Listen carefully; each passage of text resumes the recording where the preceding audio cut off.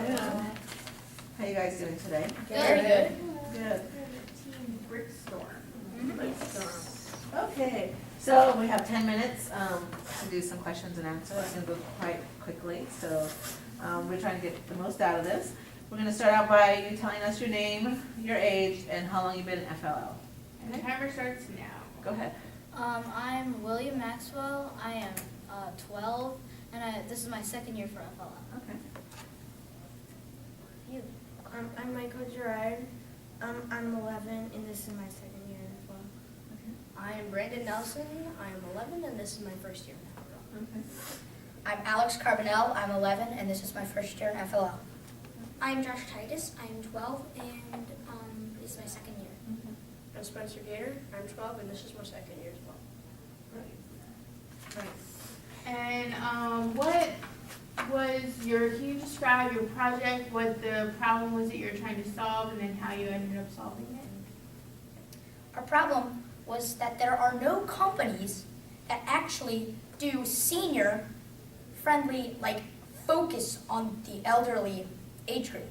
So we created a company called Home Helpers, and we had 3 products that we advertised as our project. Okay, and what were the 3 products? The senior extendo outlet, The senior on-one remote, and the senior step walker.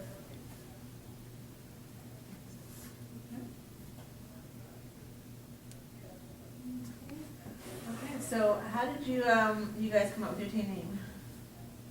Go ahead. Last year, when it came up with it, we just kept the same name. And last year, the way we got it was we were given a task to just go home and think up with 3 names of every member of the team. And we came back and I thought of the name Five Guys because there were 5 of us last year, and Brickstorm. I forget my last one. And as soon as we did Brickstorm, every hand shot up, and that's what we went by. And because we did Brickstorm because we're working with Lego bricks, and on the back there's a tornado. And And storms storms. Yeah, we like tornadoes. Good. So what aspect of FLL did your team like the best and the least? Michael. We liked the robot, in presentation. Okay. How did you guys split up your team? Did you guys split it up? Did you guys work all on the same thing? Yeah, we split up into 3 groups, one for each product, and we each worked on each thing. So you worked on individual products, but what did you do as far as doing the project part and the robot part? Did you guys split up there? Go ahead. Well, basically we took our project groups and we split, that was the way we split up for the robot game for our missions, so kind of. So you really worked on 3 different projects, right? Basically, and then at the end, we say 4 or 5 practices before, 4 or 5 practices before here, we had all our stuff ready, we combined it, wrote up our scripts, and made it flow. Okay, okay. So how did your coach assist you guys with this? Well, what the coaches did is their job is to mainly guide us and just tell us, okay, well, you've worked enough on this, you should work on something else now. We should rotate, because we split up in our groups and we rotate with who works on the project, who does. Sometimes we do Time management. Yeah, time management basically. Yeah. They guide us through time management. Yeah, we'd have 15-minute periods where we do different things, and one guy would be on a table, one guy would be working So with when they- programs, and one guy would be just. Okay, so when they gave you this idea, did you guys take it as your own and then start applying it, or did you have to be reminded of it? We did it by We ourselves. took it as our own and applied it. Okay. I think one of the best things our coaches helped us with was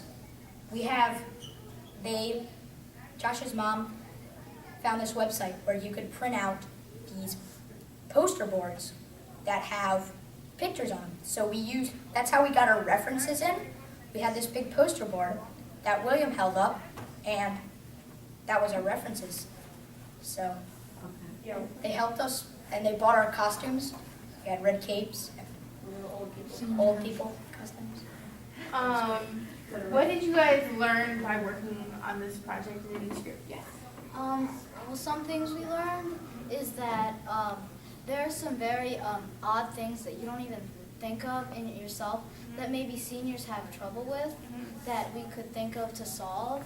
Also, we learned that it's a lot harder working in a group on a little presentation than you think, because you've got to decide how to set it up, what kind of are you going to do everybody's a home helper, are we going to do split it up seniors and home helpers?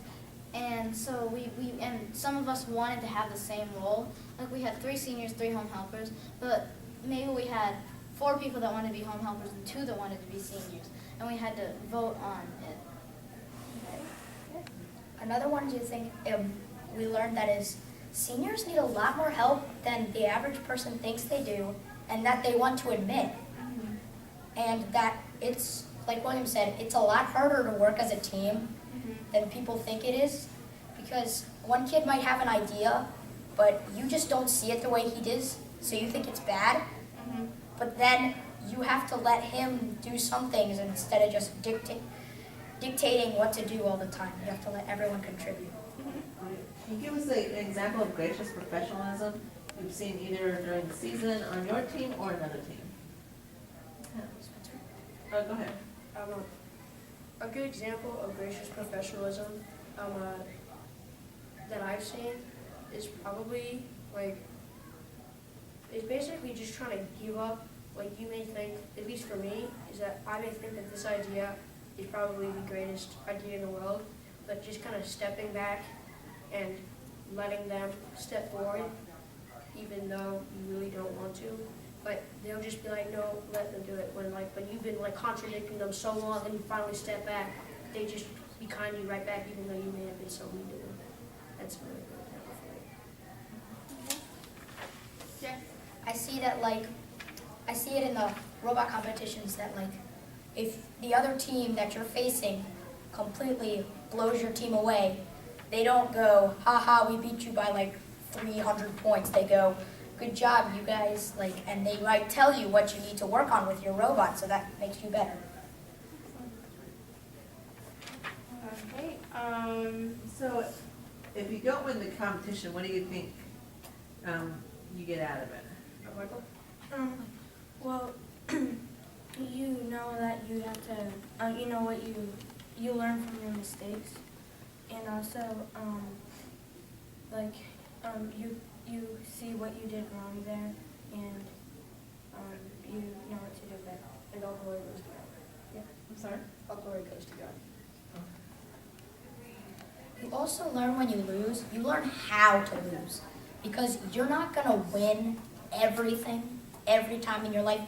You need to learn how to lose with grace, not stomp and scream, but congratulate the team that beat you or the person that beat you. How to be a good loser. Yeah, how to be a good loser. Go ahead. Also, when you do lose or win, don't boast. And when you lose, don't go, oh, it was blah, blah, blah's fault. I did perfectly, but they messed up. It can't be that. It's, okay, we all mess up. We lose as a team. We win as a team. There's no, I won, but they weren't good enough to help me win. It's, we lost as a team or we won as a team. Great. We're coming to the end, so what one thing about your team that you would like us to remember about you? I'm going to go with you. Okay, go ahead and go with you. Our team motto is, What's the what's most the most important important part part of of the team? The whole team. And second, we're all Christians, and we follow God, and when we lose, we will always thank Him, no matter what happens. Okay, great. Well, thank you guys very much. We wish you the best of luck in the competition. Thank you. Thank you.